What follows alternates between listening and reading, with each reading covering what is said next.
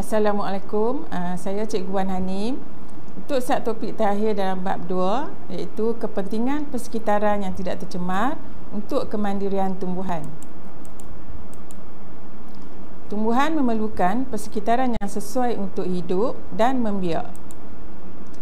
Persekitaran seperti udara yang tidak tercemar amat penting untuk menjamin tumbesaran dan kemandirian tumbuhan. Kemandirian tumbuhan pula penting untuk ekosistem dan kehidupan manusia. Gambar di atas menunjukkan persekitaran yang bersih dan gambar di bawah menunjukkan persekitaran yang tercemar.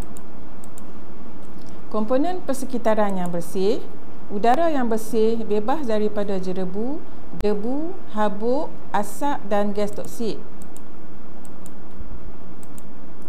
Air yang tidak tercemar, tiada bahan kimia berbahaya.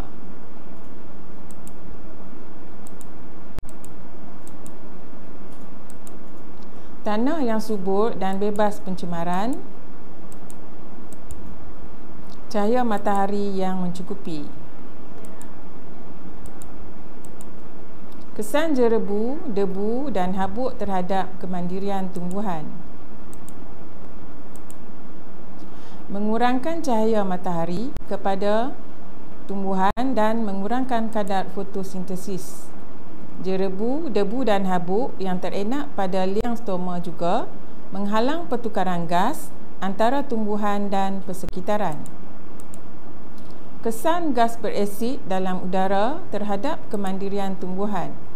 Bagaimanakah hujan asid terjadi? Gas bahan pencemar udara yang berasid seperti sulfur dioksida dan nitrogen dioksida melarut dalam air hujan untuk menghasilkan hujan asid. Apakah kesan hujan asid terhadap kemandirian tumbuhan?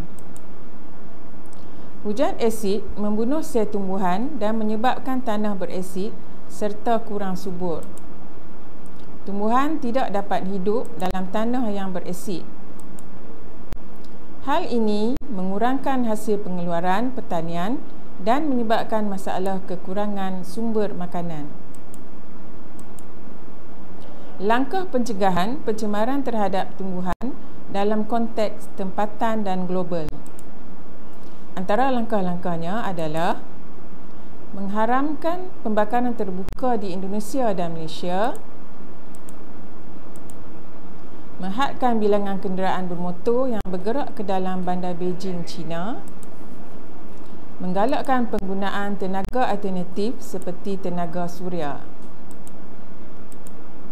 Sekian, terima kasih.